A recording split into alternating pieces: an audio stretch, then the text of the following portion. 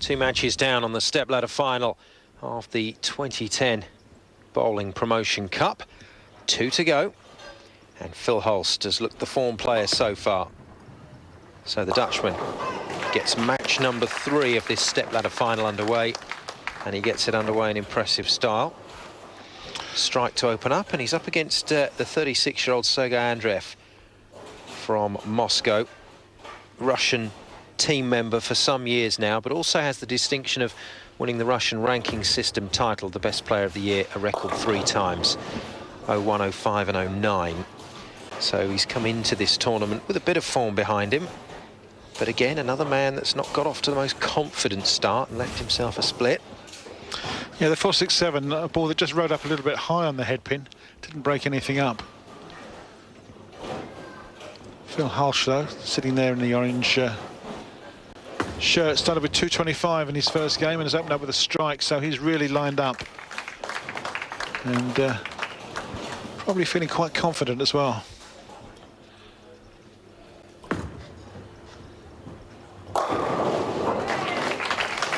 One hooked up on him, but it's found the 1-2 pocket for the right-hander.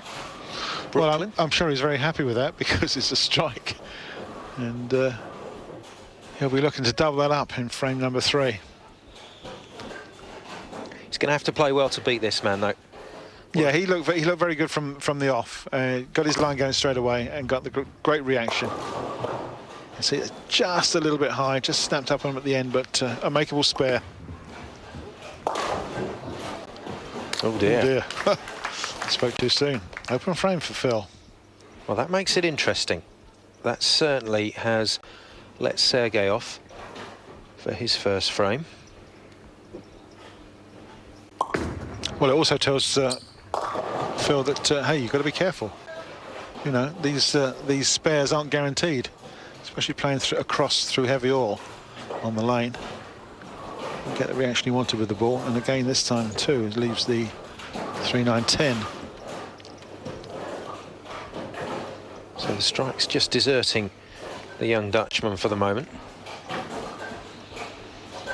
You can see the players in the background staying around. So Victor Kazavkin, who's just been knocked out by Phil Hulst, that's a good spare, watching on. And in the red and black shirt, keep your eyes open for the man wandering about in the background. That's Michael Haugen Jr., who's awaiting the winner of this match in the championship game. Now, not only is this man won the best player in Russia title 3 times, he's won the national title as well twice. And he's also in the Guinness Book of Records for bowling for 51 hours continuously.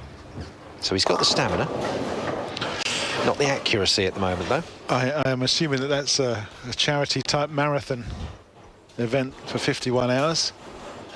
I did 24 hours once, and I know what that's like. That's enough. But 51, crikey. Yeah. I mean, they'll have all those little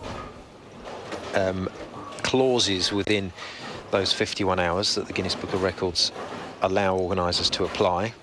Every 2 hours, you're allowed a comfort break, or you're allowed a quick rest of the bowling arm. Another interesting feature is, Simon, that he's a colour commentator for bowling on a Russian sports network. Yeah, you better watch out, Cass. Well, I don't think he speaks English, so I'm feeling reasonably safe at the moment. Well, Sergey with a poor miss there, and he'll be so annoyed with himself. The sports student from Moscow University, who's gone on to become one of the highest rated coaches in Russia. And yeah, this man's back in. It's all he needed, wasn't it, just to sniff at this game, Hulst? Well, that's right, yeah. A single pin miss from Sergey, which, as you say, he'll be very upset about. Bowlers don't like to miss single pins at all. And then Phil saw it and, of course, jumped all over it with a strike, second one of the game. Needs to double this up now. Doesn't do so. Yeah, see, that ball didn't hook up. It was pretty much in the same area that he's been playing, but it just hurried on. Didn't hook up to the pocket, went straight through. even though it had a lot of rotation on it. So we may see a bit of transition in the oil on the lane, just on that line. So he might have to look to make a move. Try and find some other angle to get into that pocket. And a chance for a bit of an experiment as well with that last spare, just exploring a line to make the spare. But nothing really from Sergey Andreev to suggest that Phil Hulst will be in trouble here. Needs to find something and find it quickly. Been on the national team now since 2001, Sergey Andreev. Oh, he'll take that. Well, that was a better looking shot, actually. I get the feeling he's slowed the ball down there. He's gone wide outside, but as the pace was down, it's allowed the ball to hook up, and it's made the pocket and carried all 10, which is exactly what he wants to do. Now it's time to repeat it.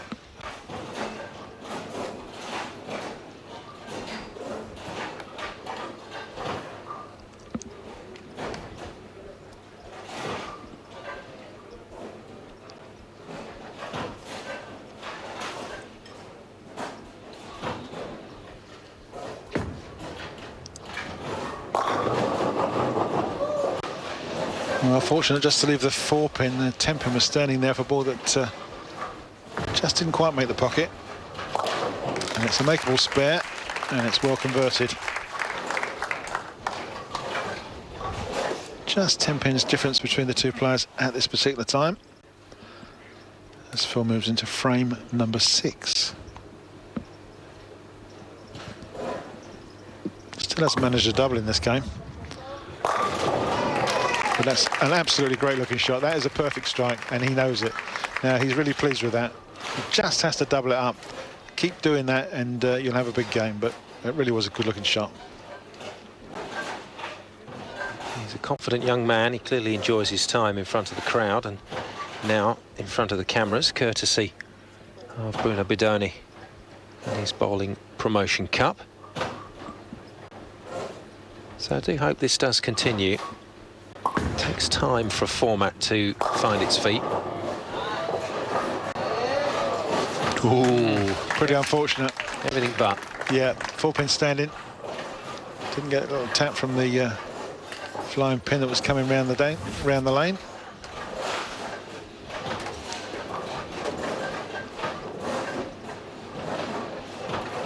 Can only be a spare.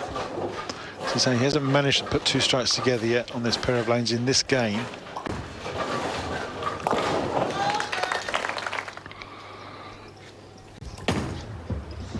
Sergey, much more compact bowler. What a big height difference actually between he and Phil Hulst. But you got to feel for Sergey here because, you know, from a coaching perspective, he knows exactly what's happening out there, and he just can't do anything about it. This is not what he wanted to do on camera. Yeah, unfortunately not getting the consistency that we know as a bowler he would like to. Not getting reaction with the equipment he's using. He's heading for a similar score to Bruno here, who bowled 144 in match 1. It's another open frame, and it's a desperate situation now for Sergey Andreev. Well, he's testing all of the pins, but unfortunately, not all at once. Just 5 on that shot. And a pretty difficult spare, likely to be an open frame. And it'll be his 4th open frame of the game. No doubles. Heading for let's just say a mediocre score. Another open frame, very unfortunate. Oh, look at him. He can barely contain his frustration as he wanders away, shoulders slumped. Looks like he has been bowling for 51 hours. Well, the unfortunate thing is, in the stepladder television finals like this, it's just a 1-game shootout. Normally, if you're in a tournament of, let's say, 10, 15 or 20 games, and you have a bad game, let's say 140, 150, you can hope that you're going to go out and shoot 250, cover that score, and move on. In a stepladder final, it's 1 game and 1 game only. And unfortunately, this is not Sergey's game. Yeah, Phil had a bit of trouble as well with this at this stage now. His ball hurried on, Didn't make the pocket, didn't break anything up. He's quite a twitchy player. He keeps adjusting the shirt. He's got the Elvis shoulder going on as well. And he likes to sort of replicate the bowling arm movement as well as he walks back from each delivery. Whether he's played on television or not before, that I don't know. But it may well be that he's taken opportunity to highlight himself in this environment. Takes away a nice spare.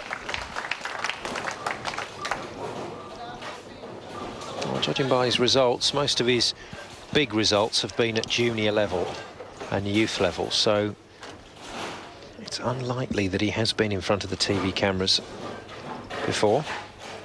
Well, if this is the first time, Simon, I'm sure it won't be the last. No, definitely, definitely. He's the sort of player that we like to see. He's tall and rangy. I'm sure the girls have got an eye for him. And he's a pretty good bowler.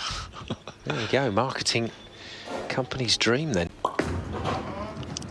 Phil Hulst with a 24-pin advantage. He finds the Brooklyn pocket, but doesn't take a strike away from that. Just saw a brief shot there of Michael Haugen's junior sitting in the background. He's been sort of moving amongst the crowd and chatting and laughing. And, well, I just hope, Cass, that he's not taking this too lightly, because he must be thinking at the moment, this is my tournament for the win. I would like to think that he's watching, especially Phil, how his ball is reacting on this oil and on these lanes.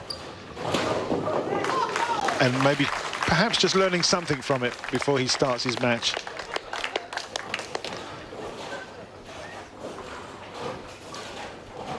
Sergey, with the look of a man that would really prefer to be somewhere else right now. Someone else, he might be fancying that as well, but certainly somewhere else, because he's not had a good time in this match, and well, he's in danger of not being able to break 150.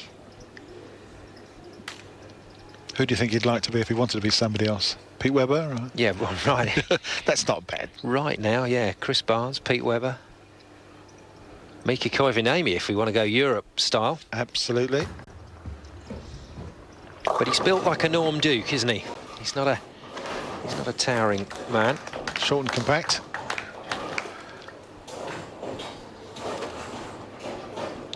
Norm Duke, Parker Bone. Those are the sort of people he should be having a little look at style-wise. I'm sure he has on many occasions. He'll have been watching all of our Eurosport PBA coverage, of course. Along with the millions of other viewers. Indeed. Takes himself a spare. And this will be his final ball. And unfortunately, you're right, somebody's not going to break 150. A strike will give him exactly 150. So come on, Sergey, put it in the pocket. Let's see what you're made of. Well, he's going out the tournament, that's for sure, so let's do it in style. Yeah, 2 strikes so far, just not enough. And a big ooh and ah from the crowd. They were rooting for Sergey to finish that one off, so looking for a spare, and gets it. And he's way below his game. Unfortunately, he is, yeah. I was a bit ahead of myself. He's earned himself one more ball. The full ball in the 10th frame. He's changed his ball. It's a bit too late for that, I'm afraid. Will he learn anything from this? We'll wait and see. The answer is no, because the ball's sailed past the hairpin and he's taking 5. A 145 game is, unfortunately, not quite good enough today. Shakes hands with Phil Hulst, who gets a big reward. Not only has he gone to the final, the championship match at this 2010 Bowling Promotion Cup, but he's going to play against a PBA star, Michael Haugen Jr., no less. Awaits this 20-year-old Dutchman. The championship match then to come after the break as Phil Hulst sails through another one.